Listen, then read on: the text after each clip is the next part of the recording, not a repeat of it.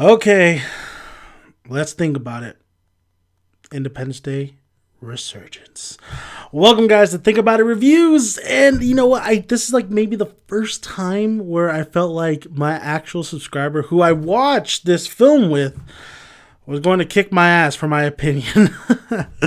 All right, guys, listen, we're talking Independence Day Resurgence. The first Independence Day is an all-time classic. Love the first Independence Day. I actually rewatched it before getting in preparation for the sequel.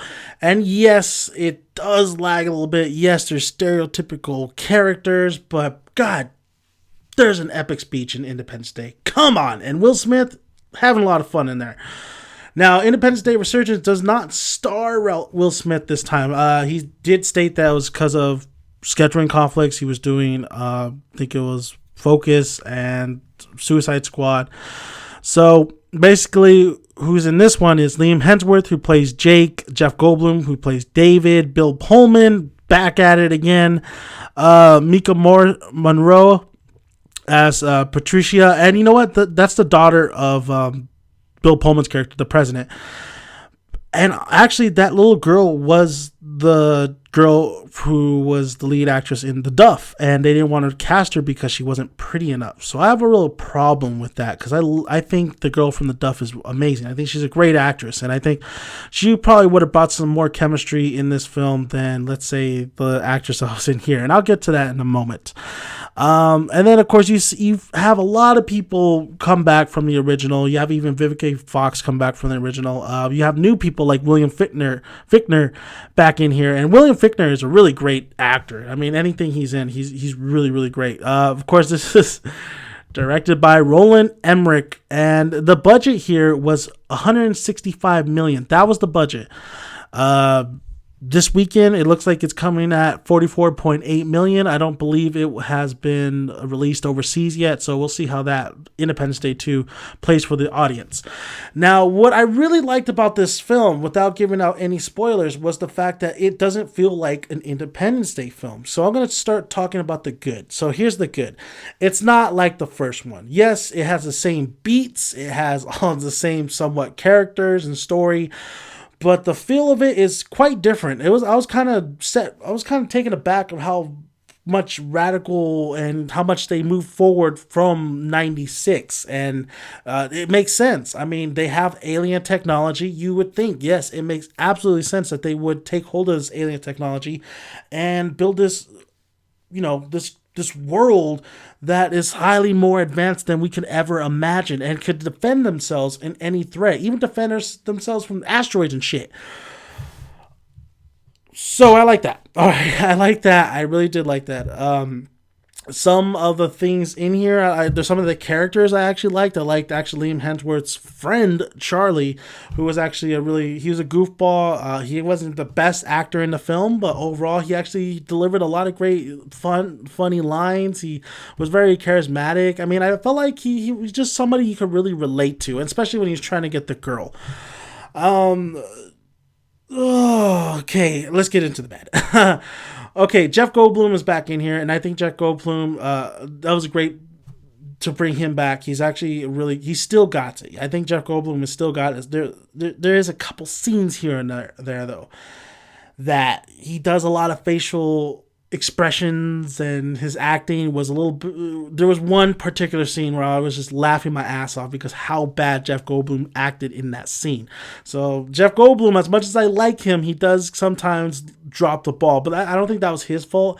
I think that was the editor's fault for picking that particular scene, and Roland Emmerich saying, Jeff, dude, what the fuck are you doing with that face? Like, I was just saying, there was one particular scene where I laughed out loud because Jeff Goldblum. The one thing I really liked about Independence Day Resurgence was the fact that the design work is really, really well done. That's what I liked about the first Independence Day, and actually watching the first Independence Day, I was like, man, that alien looks great. I mean, it's very simple in the color scheme, but it looks great. I really like the fact that it's a hard shell outside, and then the inside it's based. That's their combat gear. Their combat gear is different than ours. So I do like that, and I do like how they brought it in here, where there's a surprise. I'm not going to ruin it for you, but there's a surprise towards the end of the film, or not even at the end of the film. There's a surprise in the film where you're like, damn, it reminded me a lot of Aliens and that type of surprise. And I thought, like, even it works. It somehow works. I really like the concept of these aliens and the designs of them. I do like the ships. I do like the fighter pilot ships that are now more advanced. I like a lot of the weaponry in here. I thought the CGI I thought the overall special effects were fine. Of course, there were some scenes where they're like bad CGI, especially when Liam Hemsworth's character is reminiscing about an incident that he caused. I thought that flashback, or that him watching that, was just that CGI was terrible. But overall, like, I thought the CGI was well handled and well done, especially with a big blockbuster film like this.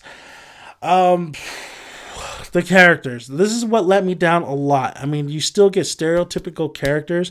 You get a lot of the old characters back, but I think they needed a powerhouse. I think they needed someone with a name. Will Smith would have definitely brought that. He definitely would have brought that name, that caliber, that fun to the film, but we never got that in the film. Like, they tried to give us Liam Hemsworth, and I think this guy is the most overrated actor in period. I don't think he's good. I think his brother Chris is a great actor. But Liam, this guy can't act. I feel like he's so stale. He doesn't have any charisma. He tries, but it just doesn't deliver. I feel like a lot of times when he's doing conversations with a lot of the characters in this film, it's just a big letdown. I don't like it. Just like Will Smith's son, he is in here. I believe it was Hiller or Miller or whatever his name is. I felt like this actor just wasn't really selling it for me. He didn't look like a fighter pilot. He kind of looked like Will Smith's son. I'm not saying that, but I wasn't buying it. I wasn't buying a lot of these characters, and there was still very stereotypical, and it was still a one note kind of pony going on here. Bill Pullman, he was good in here. He's gotten old, you know that, but he did great in here. Jeff Goldblum, like I said, did great in here. I just feel like they needed they needed a powerhouse. They needed like a Michael B. Jordan. I would love Michael B. Jordan to be in here to play Will Smith's son, or just a big name, caliber name just in here to really lighten up the mood. Imagine Chris Pratt. I think Chris Pratt, they say, oh, Chris Pratt's getting all the work, this and that. He actually would have been pretty great in Independence Day. And honestly, I went back to it, and the problem I have with Independence Day Resurgence is it's kind of boring. It's a huge, just like the first film, it takes a while before it kicks in. And when it kicks in, sure, the special effects look great. There's a lot of things going on, but I still feel like I wasn't really involved in it like I was in the first film, because the first film, they use a lot of miniatures, they use a lot of practical effects, and you guys need to know, you have to mix your special effects with your practical effects very well. And for me, a lot of times when they just use CGI, you're not really invested like you want to. Best example is Star Wars. They brought it back to the practical effects so you could get more immersed in the world. With Independence Day, I was immersed in the world and I liked the world building, but I just never felt that same emotion like I did the first one, especially when they were still harkening back a little bit to the first one. So Independence Day Resurgence, even though it had lot of great elements to it to make it a really good classic sequel, to make it a blockbuster type fun sequel, I did have a little bit of fun, but yet I was a little bit bored, and I felt like the characters could have been better, and they could have been definitely better acted. I felt like the actors did get shitty ass dialogue. The dialogue wasn't that great as well, some of the things they had to say, but there is some characters here and there that you do enjoy, especially the machete guy, and especially the guy with the glasses.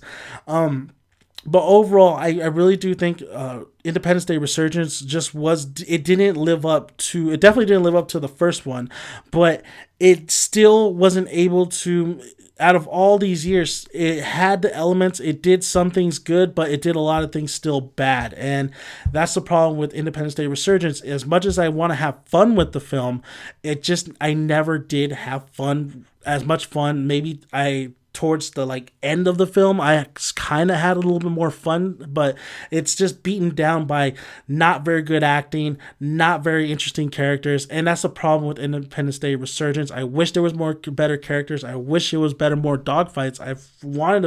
The best example I can give, the best dogfight I've seen in the last 10 years is actually the Guardians of the Galaxy dogfight, and I said that to my friends. But overall, Independence Day Resurgence, I think a lot of people will come away liking this film. I do think a lot of people will actually be entertained by this film because it is a popcorn blockbuster movie. But for me, I still believe that we deserved a little bit more better with the characters. And I mean, we're in a different time. And I think we want to see a better written film. So this was, I'm not saying this was a bad and worse film. It actually did a lot of things really cool, a lot of cool things for it. But it still was a one-trick pony. It still was a one-note kind of film. But I will actually say, I do recommend Independence Day Resurgence. You know why I recommend Independence Day Resurgence? Because as much as I have a problem with the characters and the acting and a lot of the story, the structure of the film, I'll say this right here, right now. It's a good movie to watch with your friends. It's a good movie just to go watch with your friends, go enjoy some popcorn, and you're going to, like I said, this is Think About It Reviews. It's just my opinion. You could think about watching it or not with whatever I said, but if you have your heart set on watching the film, go watch it. Who cares? Critics are critics. People with opinions are a little bit different. Critics will always tell you, don't waste your money on that. And I will just tell you, you can waste your money, or, you know, I don't think you should waste your money. But overall, it's think about it. And I'm just telling you to think about it. But if you have your heart set on seeing Independence Day Resurgence, go take some friends, have a group of people, and have a great discussion. Thank you guys for listening on Dan Make It Dan's Son. Like I always say, grab a tick, grab a seat. Make sure you got some good popcorn to eat. I'll see you at the cinema. Bye, guys.